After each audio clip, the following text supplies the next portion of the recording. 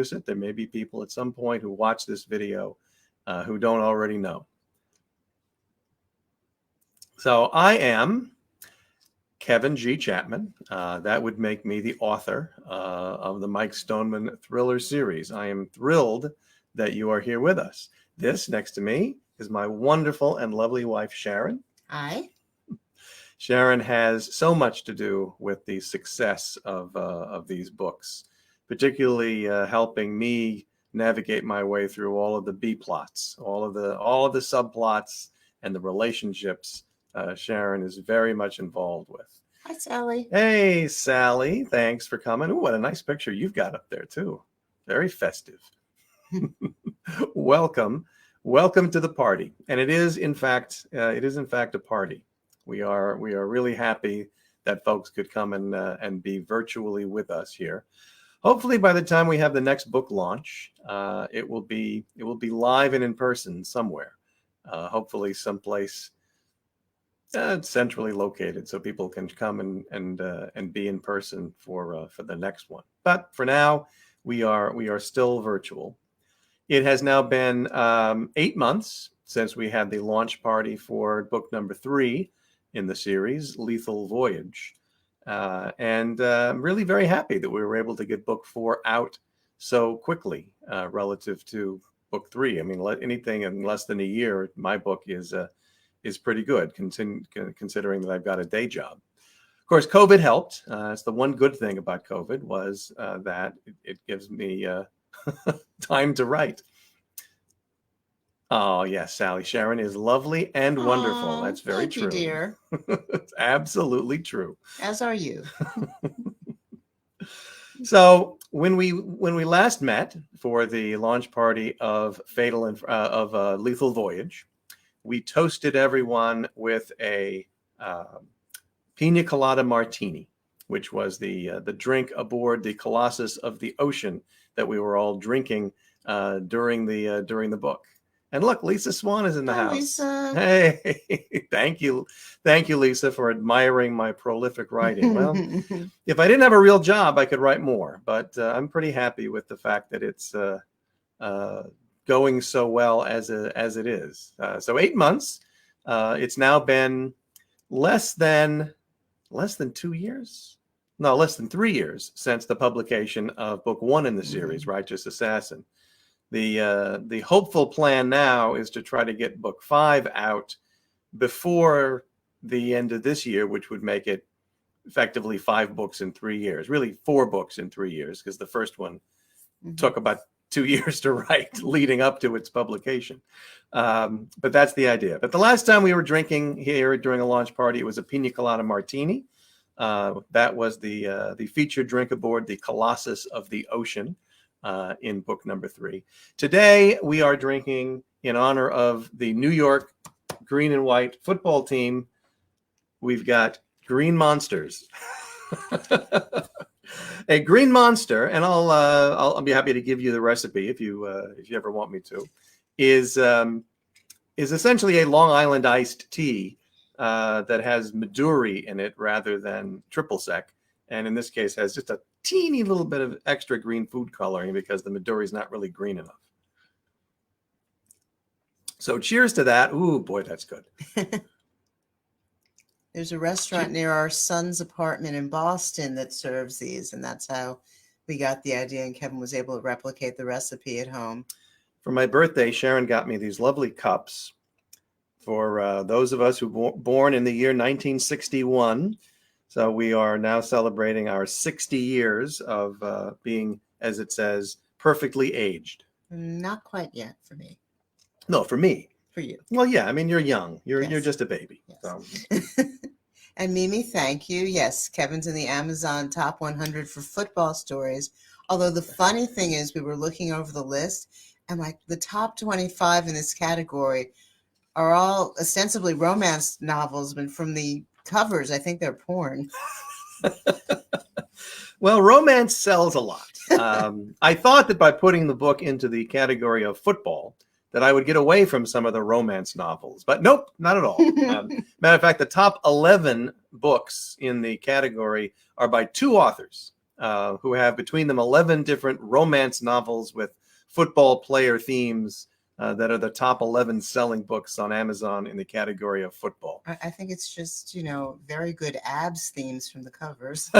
There's a lot of abs. There really is a lot of abs. And yes, thank you, Mimi. It's 60 years. I don't feel 60 years. Crime beat pornography. Well, no, porn is beating crime right now at this point.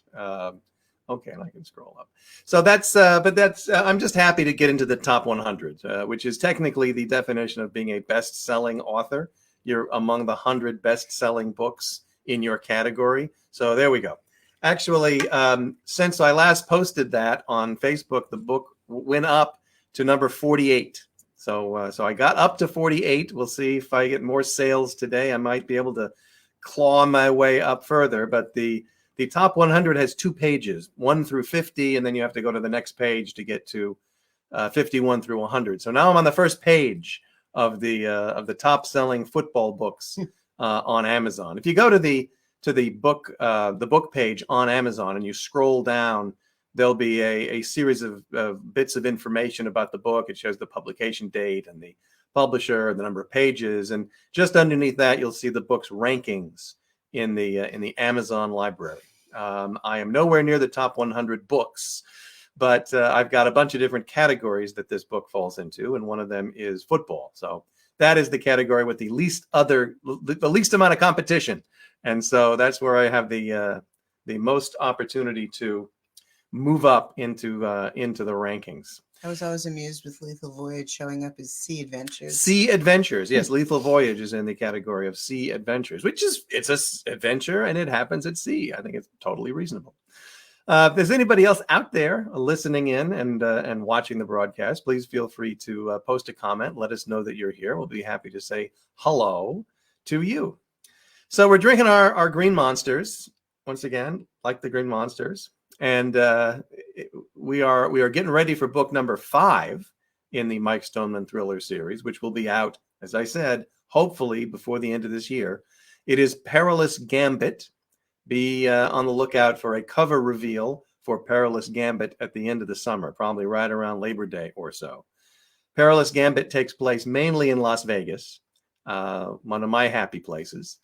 And there will be a drink of choice. There will be a featured drink inside that book that people will be consuming. I'll be able to put the recipe for that into the end of book number 5. And when we do the launch party for that, we will definitely be having some well, should I tell them what kind of a drink it is? Up to you. It'll be a surprise. Okay. So Sally, yes, there will be some poker and some craps in book 5. I've spoiled the whole book now. I'm sorry. You've spoiled the book. We're going to be in a Vegas casino where there will be poker and craps, but that's fine. There may be a little roulette. But yes, Mike Stoneman, who you may recall played some poker on the Colossus of the Ocean in book number 3, will be very happy to get back to the table in book number 5. At least he'll try very hard to get back to the poker table. Now, Lisa had asked earlier today, you had chosen Lenny Dykstra in Lethal Voyage and the casino. Do you want to explain why you chose him? Yeah, Lisa noticed that in the last book, we always have a Met reference. In all the books, there's always a Mets reference. You'll have to read Fatal Infraction if you haven't already to find out which Met is featured there. But Lenny was the player we chose to put at the poker table with Mike on the Colossus of the Ocean because it was during the baseball season. So active players were out of the question. So the question in our mind was, what former Met player is most likely to show up at a poker table on a cruise ship? And boom, Lenny Dykstra. I mean, that first name that popped into your head, well, into my head, Lenny Dykstra. And plus, he could put a drink in his hand, and he could be a little drunk and a little surly and perfect. He's the perfect guy to have at the poker table. And we were, somebody asked me, "Are you worried that he might sue you?" I said, "No. First of all, great, sue me. I can't buy that kind of publicity. That would be the best thing that could ever happen to the book publicity would be to get sued by Lenny Dykstra." Although shortly after the book was published, Lenny, no, it was Lenny sued Ron. that's right. Lenny tried to sue Ron Darling for libel, claiming that Ron had said nasty things about him in one of Ron's most recent books, and the judge in Philadelphia dismissed the case, finding that Lenny Dykstra's reputation is so bad that it cannot be made any worse, regardless of what anyone ever says about him. So he is essentially libel-proof. You can't say anything bad about Lenny that would make his reputation any worse than it already is. So, not worried about Lenny suing me. The worry about this book. Oh, go ahead. I was just going to say, moving on.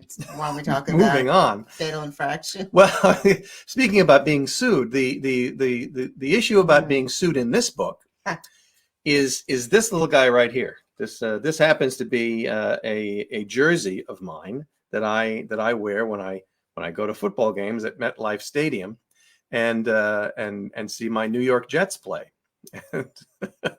No problem, Lisa. The NFL, the National Football League, is very, very, let's say, litigious. I wouldn't say but litigious. They're tight asses. They are. They're persnickety about protecting their trademarks.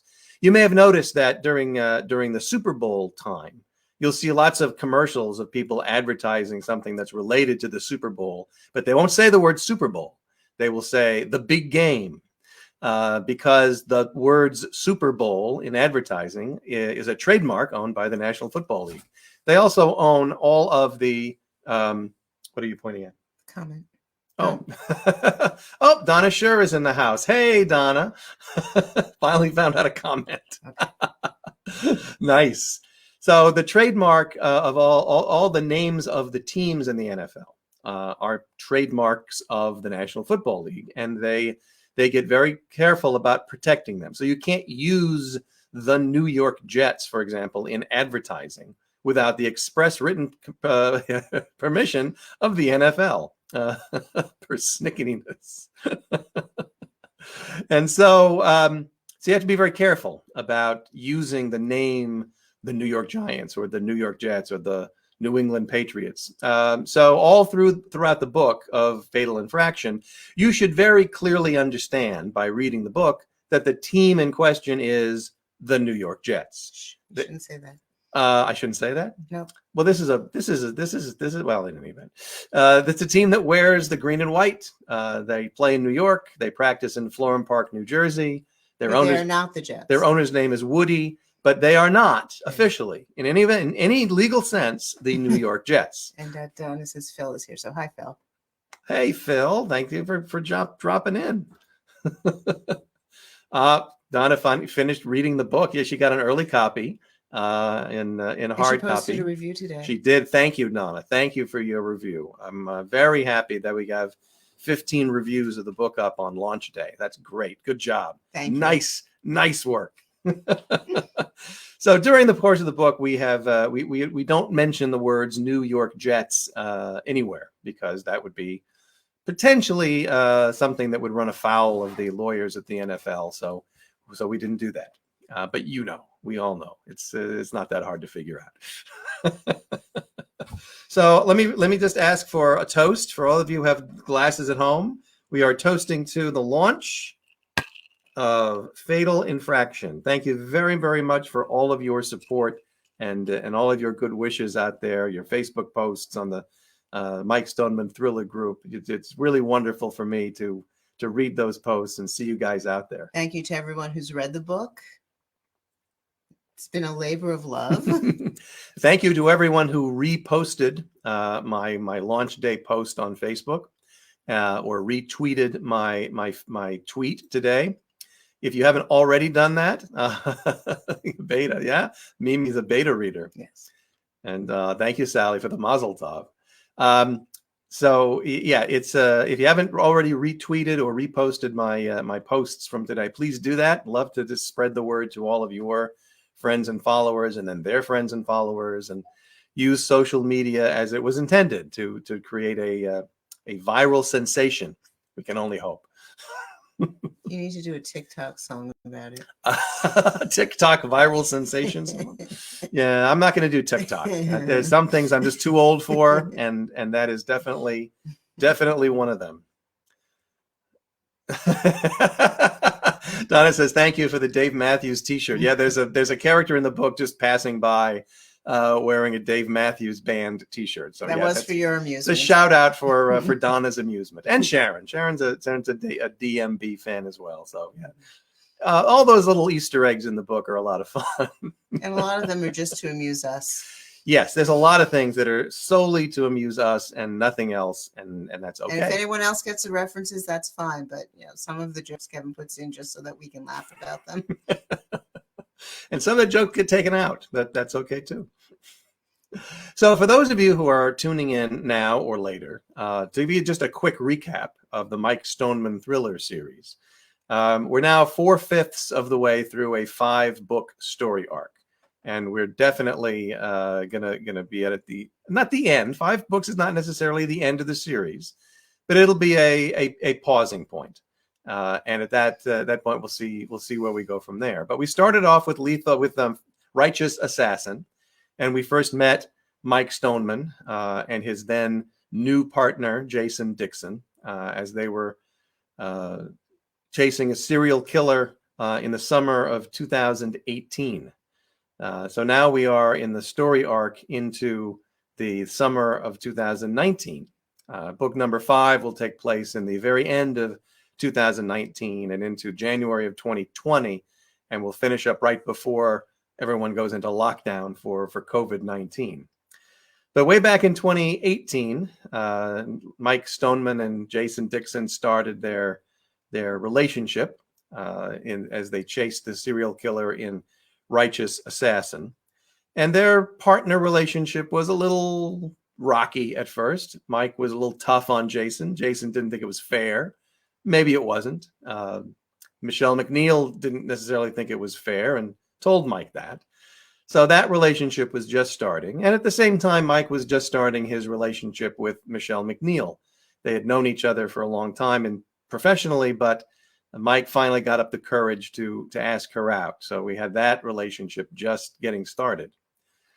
And then in book 2, Deadly Enterprise, Mike was injured and out of commission for a little while. Jason had a new partner for a little while, and they ended up chasing down 2 different murders that interrelated with one another. And that was in the very early, in the spring of 2019. Mike's and Jason's relationship had solidified, let's say, at that point. Jason knew that Mike had his best interests at heart, and Mike knew that Jason had his back. And we learned a little bit more about the little backstories of Jason and Mike. And meanwhile, Mike and Michelle were continuing their relationship, including taking a little trip together and checking into a hotel together. So that was definitely an advancement of that relationship.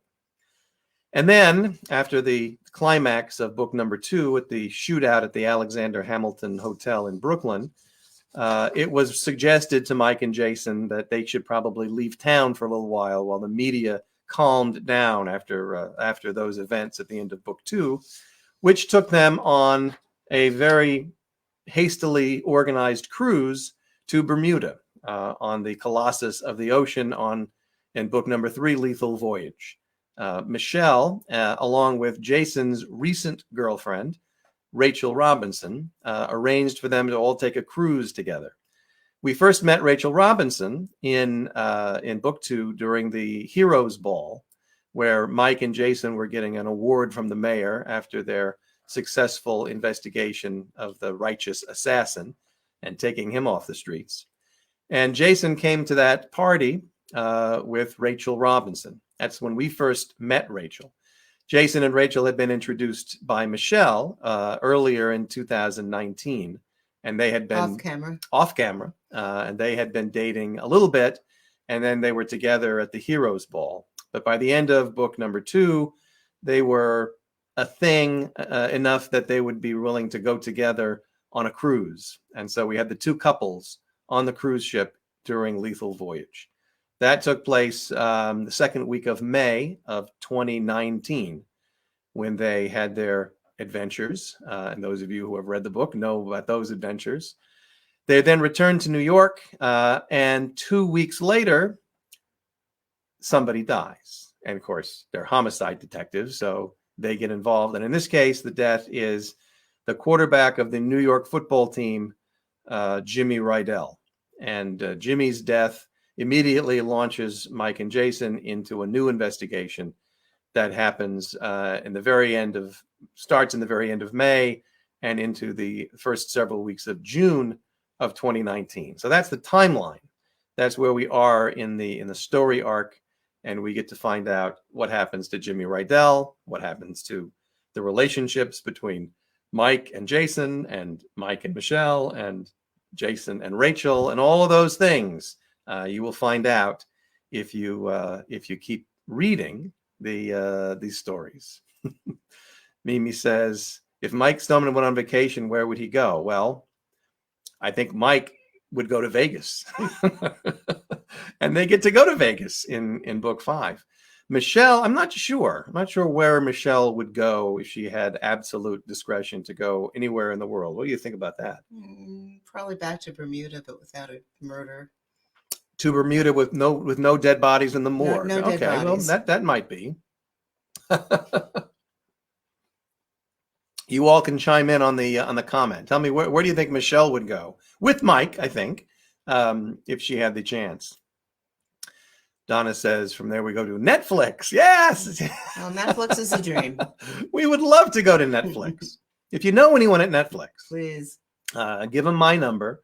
Tell them to give me a call. Sally says Venice. Ooh, very sophisticated. Off to Europe. Mimi says, yeah, Bermuda with no dead bodies or accidents. That's good. We're on just a slight delay between when we talk into the microphone here and when you hear us on Facebook. So exactly right. Yeah, I think I would go back to Bermuda. We love Bermuda. We would love to go back to Bermuda. If only COVID would let us go back to once Bermuda. everything calms down, we'll go back. We will. There will be a trip to Bermuda in our future, sometime in the next year. I'm thinking, for sure. So, what do you want to tell people about the book that doesn't give away the plot? Well, there are certain elements of the plot that are foreshadowed in the blurb and are not giving anything away. I mean, there's an element of a potential point shaving scheme that is in the book. So one of the questions is whether Jimmy or anyone else involved is connected to a potential point shaving scheme, and whether there even really is a point shaving scheme, and whether the FBI will ever admit that there's a point shaving scheme. So that's one of the elements. And sports gambling is certainly a topic of current interest. I really wanted to get that into the book in some way, and it's a very integral part of the plot as Mike and Jason are investigating this death. We also talk about dead money, and I love this concept of dead money.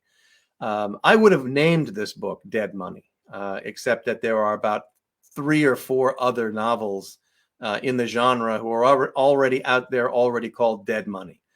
And so I didn't want to be a duplicate, even though it would have been Dead Money, a Mike Stoneman thriller, which would have been not a copyright infringement on anybody else's title.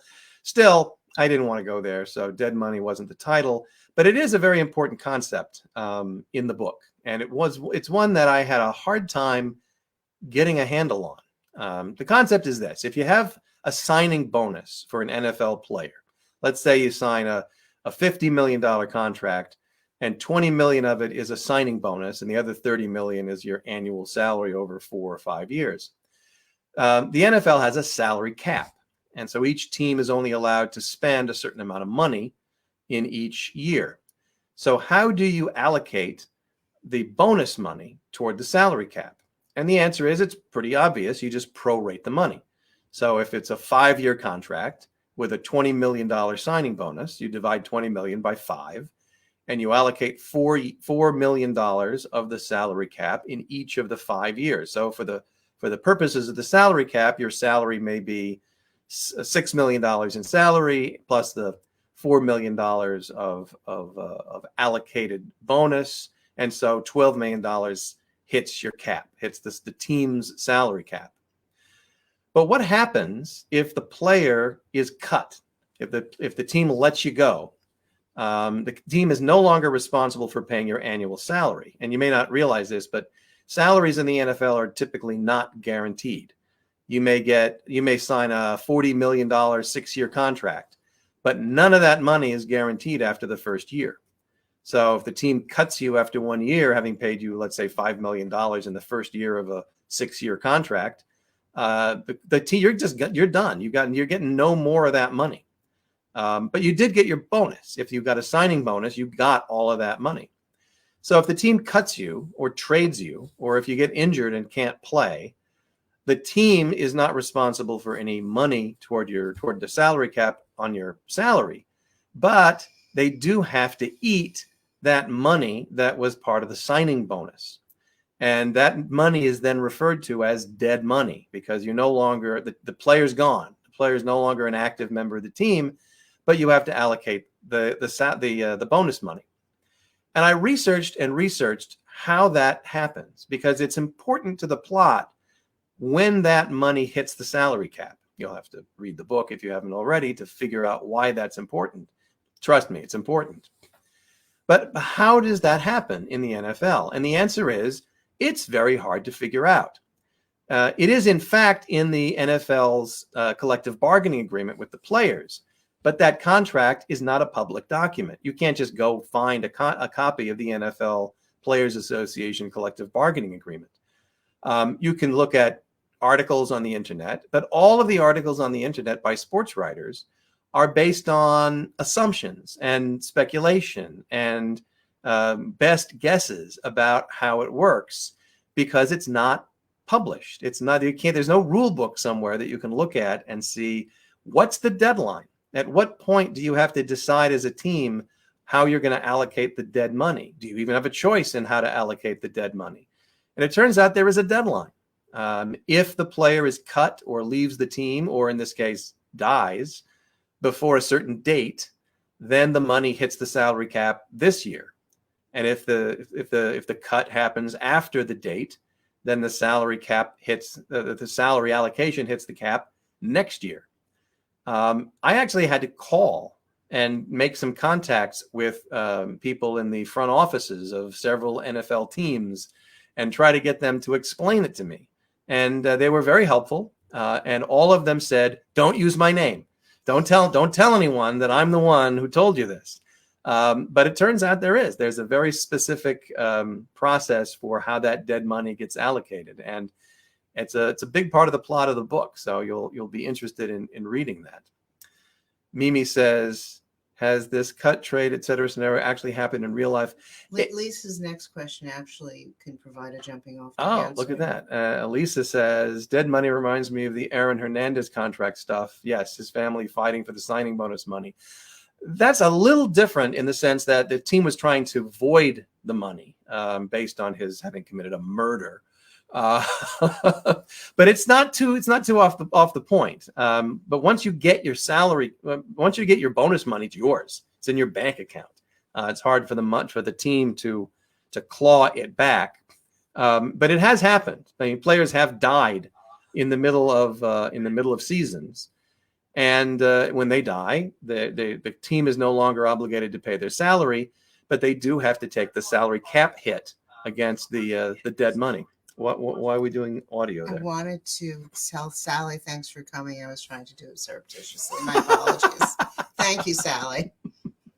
Yes, thanks everybody for coming. It's fun to have you out there in virtual audio land or video land, and it's nice that you can post comments and we can interact. Need to go. Oh, Sally, thank you for coming. Now I know Sharon wanted to say thank you for coming.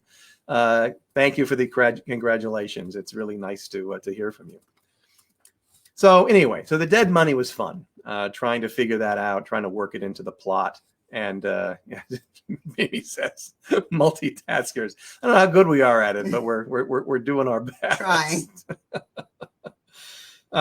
So all of that NFL related inside football stuff kind of goes over people's heads if you're not into football. Hopefully, it's not too distracting for folks who are not football fans. But I'm really hoping that I can get football fans interested in this book, and then get them interested in all the other books based on meeting the characters and wanting to know what happened in their earlier relationships in those earlier books, and then what's going to happen in the next one. But all of that was important to this story. I've had a few people who are outside the U.S. who've read the book and who had a little head scratching about the salary cap and the NFL and how that all works. But hopefully it all works itself through. And then the other thing, of course, that's in the book is a discussion of racism and how that infiltrates the NFL and the locker room and the New York Police Department, and Mike and Jason's relationship, and how Jason tries to very gently help Mike realize a few things about the racism around him and his reactions to it, and what should be his reactions to it. And also a little bit of sexual harassment. There's a wonderful character in the book, and we'll talk about her. Why not talk about her now? Her name is Christy Olson, and I can't thank. And I've in the acknowledgments of the book, I thank our friend Christy Eckert, who is a sports writer in New York City, and who helped me with some of the. She was a consultant on the book for a couple of different issues. But as a female sports writer, it's hard. There's still a lot of sexism in professional sports and sports in general against female reporters and writers. And it's not just in the locker room, it's just in general. And the name of the character, Christy Olson, is a mashup of Christy Eckert and also a well-known female sports writer named Lisa Olson. She wasn't actually a contributor, but she did allow us to use her name. Name used with consent. Thank you, Lisa Olson.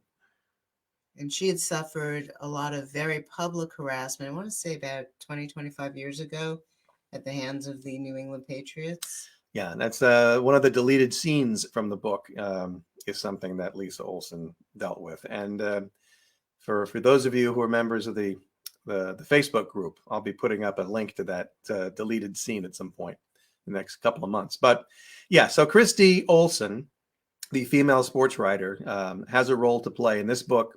She suffers some sexual harassment. She also gets involved in the investigation of some of the racism issues, and it was a wonderful character to have a chance to write. It's always hard for a male writer to write a female character, and I really appreciate all of the input that I got from Christy and others along the way, trying to make her a real person and not just a caricature of a female sports writer. And she ultimately has a lot of a big role to play in how the case gets investigated and ultimately how the story unfolds. So very happy with the way we had a chance to talk with Christy. Another character in the book, which relates back a little bit to the salary cap and the football and the point shaving, is I decided to put into the book an insurance investigator. And the death of a quarterback involves obviously not just a death, but also a very, very large life insurance policy. In my story, Jimmy Rydell is a first-round draft pick. Remember, the number one overall draft pick. As a quarterback, he gets a very, very large contract. And professional sports teams typically will take out a life insurance policy on the player, just in case something should happen that prevents him from playing, whether it's death or just a serious injury, to hedge the team against the cost of that salary over a number of years. And so there is a life insurance policy for $20 million on the life of Jimmy Rydell taken out by the team. So there is an investigator who is going to come in on behalf of the life insurance company and decide whether the death occurred under circumstances that might void the policy. So who should this character be? And I got the inspiration to make the character British. The life insurance company that does a lot of these policies is Lloyd's of London. That there is a fictional life insurance policy or life insurance company in the book. You got to read the book to. Don't tell me the name. Okay, it's called Boyds of Britain.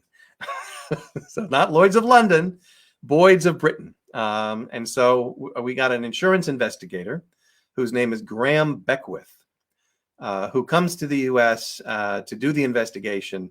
And along the way, it gave me an opportunity to have the characters in the book explain American football to Graham Beckwith and explain point shaving and explain dead money. And so all of the explanations that many of my readers are going to want occur because the other characters get to explain it to Graham Beckwith. Mimi says, I loved Graham's character. He was so straight-laced and funny. He was definitely some comic relief, and was intended to be so in the story. I kind of envision a somewhat younger John Cleese playing the role in the movie of Graham Beckwith. So he's smart. He's got a job to do, but he's also a little funny, and he's a little disdainful of American traditions and customs, and so he's a lot of fun. And that was also a character that was a little tricky because I didn't want to make him so sort of an Americanized version of what a Brit is that I would offend all my British readers. I do have British readers. So I did reach out to a couple of my fellow authors, and one reader who volunteered to be sensitivity readers on the question of British dialogue and British character. So I had a couple of people tell me, nope, that's wrong. No, he would never say that. No, it's the wrong word.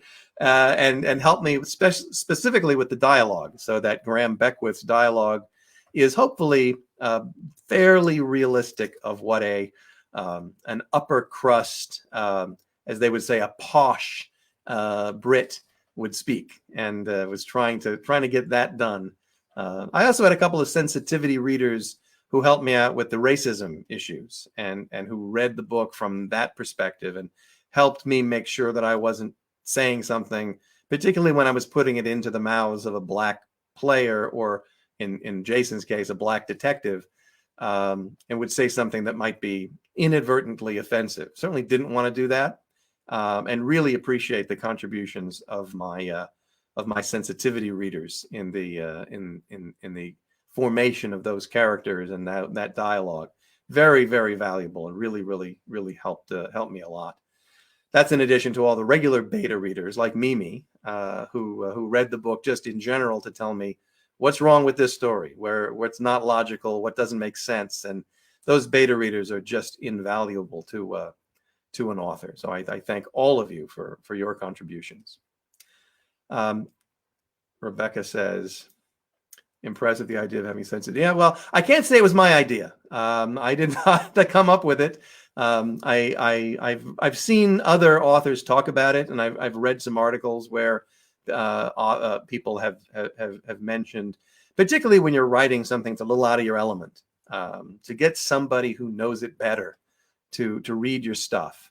I'm working on that now for book 5. I'm reaching out to some people in a genre or an area that is far beyond my personal comprehension, so that I can make sure I get it right, because that's what I want. I want to get it right as much as I possibly can.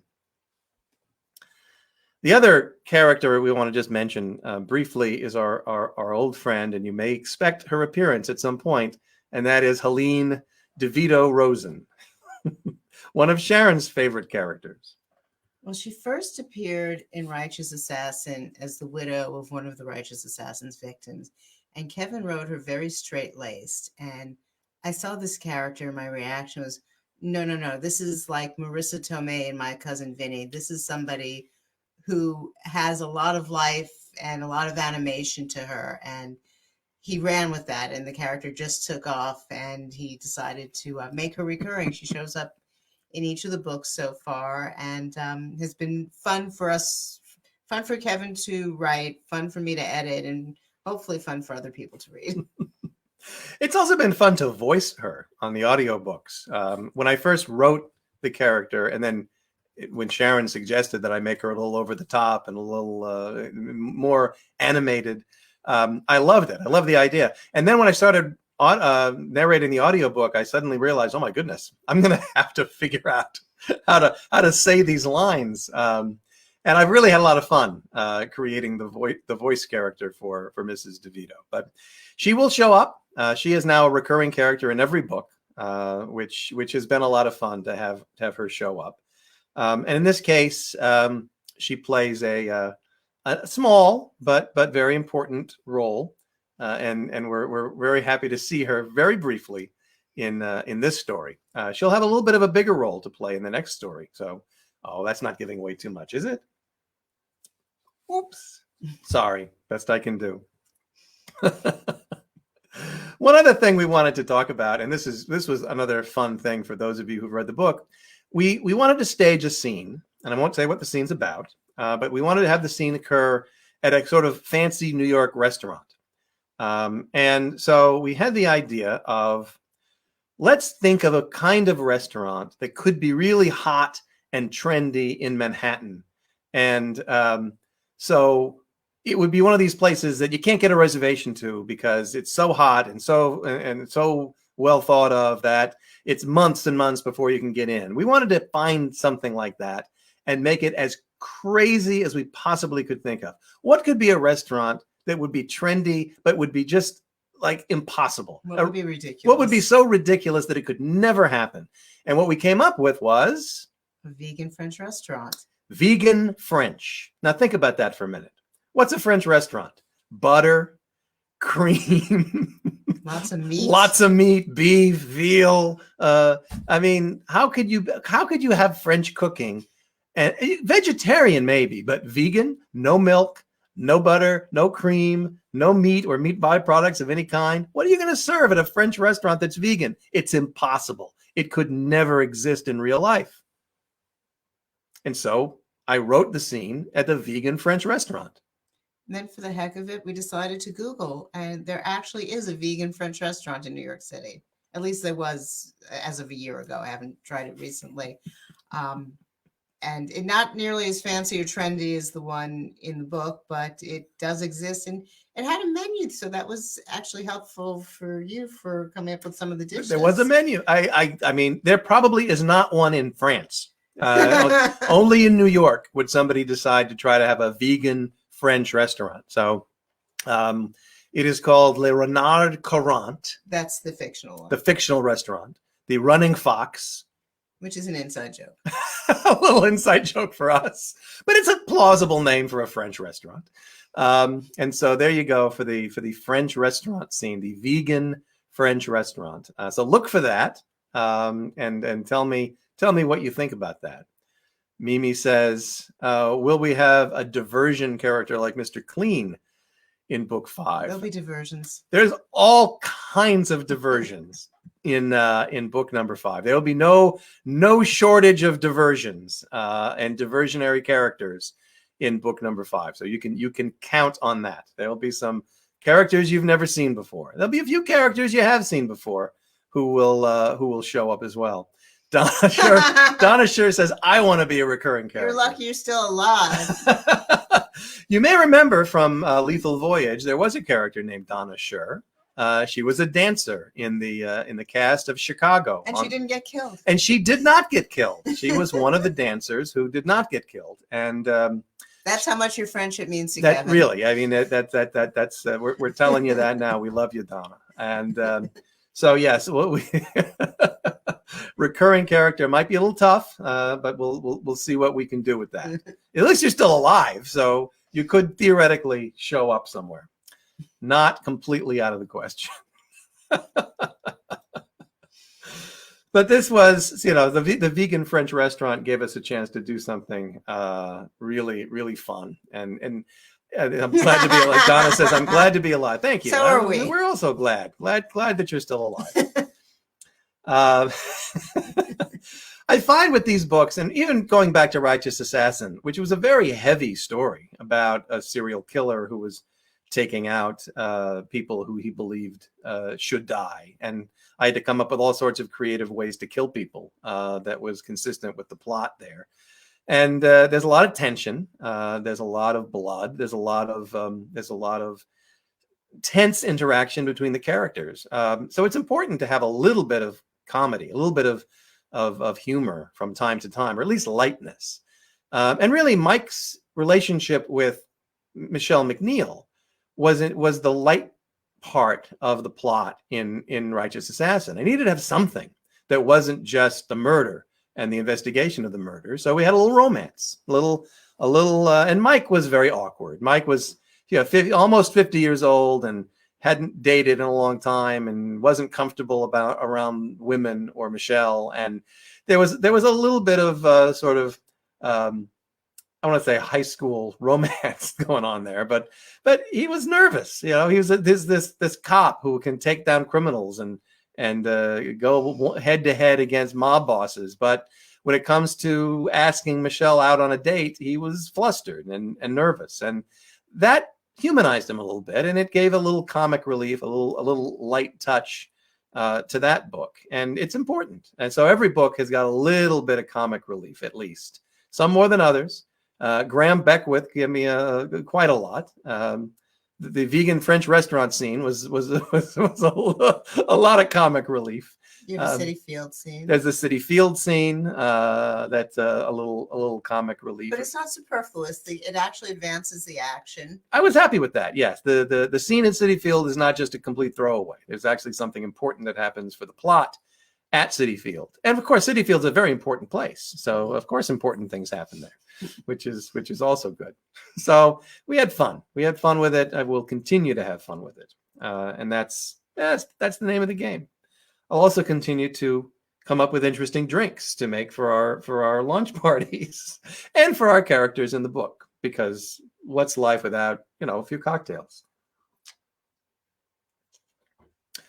So that's kind of all we had on the main agenda here for what we wanted to talk about the book. There's no trivia this time.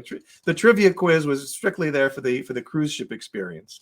I thought about doing some music trivia. I'm not going to do it now. Maybe do a little bit for book 5. There's a little more music involved in book 5. But love your comments, guys. Love the fact that you're here. I'm sure there are people out there lurking who aren't putting in comments, and that's fine too. We'll be happy to have you just listen. I do want to say again, thank you for all of your good wishes and your support. Lisa Swan says, any chance of a future book being set in the MLB world? Not book 5. Book 5 is already, the first draft is already done. A future book that really revolves around baseball and some murder of a baseball player. I don't know, maybe. Tom Seaver once wrote a book about a murder. Oh, no, that was terrible. Do we have it down here? I'll hold it up.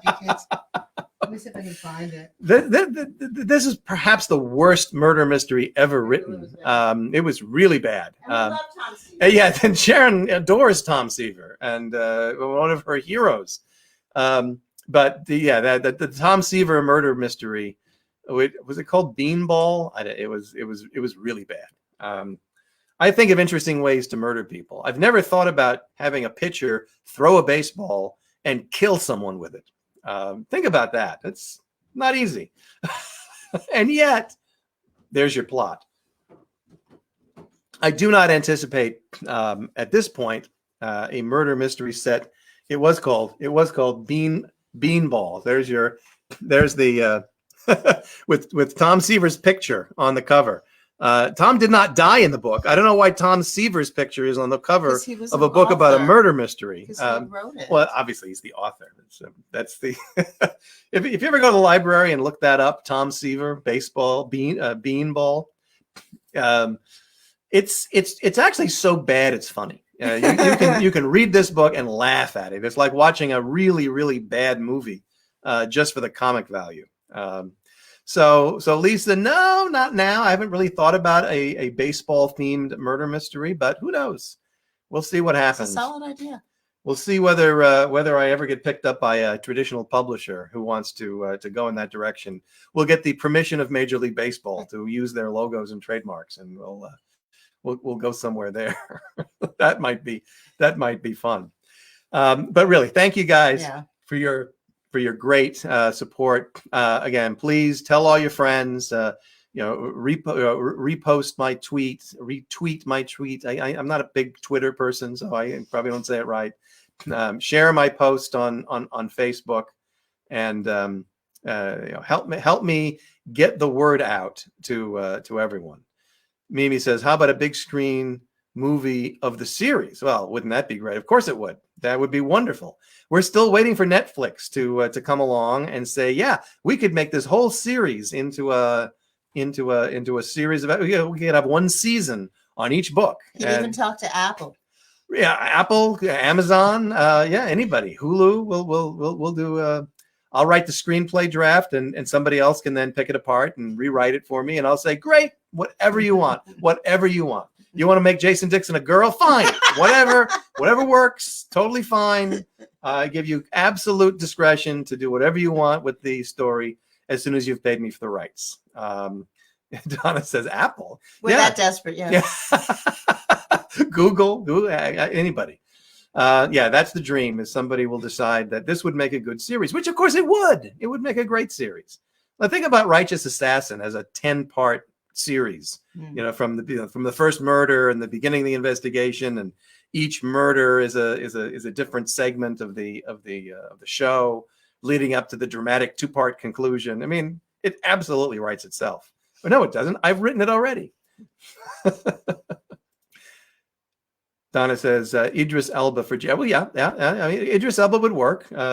Michael B. Jordan, another good candidate. It's always fun to think about who would play these parts in the movie. Who would play Michelle McNeil? Who would play Mike Stoneman? Who would play Helene DeVito Rosen? I think Fran Drescher is probably too old for the role at this point. But if she really wants to, it would be okay with me. I would not turn her away. Of course, I wouldn't be the casting agent. But really, tell your friends, tell your neighbors, hold up the book to people. If you have one of the hard copies of the book, take a picture of yourself reading the book, or a picture of the book in your house, or with your dog, or with somebody, and I will put it up on my on the Facebook page. Thanks, Mimi, for your congratulations. And Lisa and Donna, thank you for posting reviews. They were really helpful. Yes, thank you. Thank you for posting reviews. The more reviews, the better. Absolutely. So I will say thank you to Sharon. Thank you for being here and coming along. One final green toast. Okay, fine. You gotta love green drinks. You really do. It's like kind of wicked. We make green drinks in the parking lot before Jets games. And let me tell you, this book is going to be on sale in the parking lot at MetLife Stadium before Jet games. Every home game this season, we will be autographing books in the parking lot and selling copies. He will be. I will be. And selling copies of Fatal Infraction to my fellow football fans. I'm actually doing a podcast for a football podcast on Saturday to talk about the book with a podcaster whose podcast is called Let's Talk Sports. Great, let's talk sports and books and murder mysteries. It all works for me. So we're going to sign off. Thank you guys for coming along. It's been wonderful. It's been fun. We hope that we do it again in November, around Thanksgiving, to celebrate the launch of Perilous Gambit. And I really hope we can do it in person and not on Facebook. Although maybe we'll do a 10-minute Facebook video anyway. We could do both. We could do a launch party in person and a launch party on Facebook. Well, works for me. So thank you for coming. Thank you to Sharon. Thank you to all my readers. Enjoy Fatal Infraction, and send me notes, send me emails. You can reach me at my website, www.kevingchapman.com. The books are all available on Amazon in Kindle edition now, as well as hardcover and paperback. The audiobook is available at all major audiobook retailers, including but not limited to Audible. It's also on Chirp and Apple and Barnes & Noble and Kobo, Walmart, and Apple Books and Google Play. So there you go. Cheers to everyone. Enjoy the rest of your summer, and we'll see you again in the fall for the launch of book number 5. Thanks, everyone.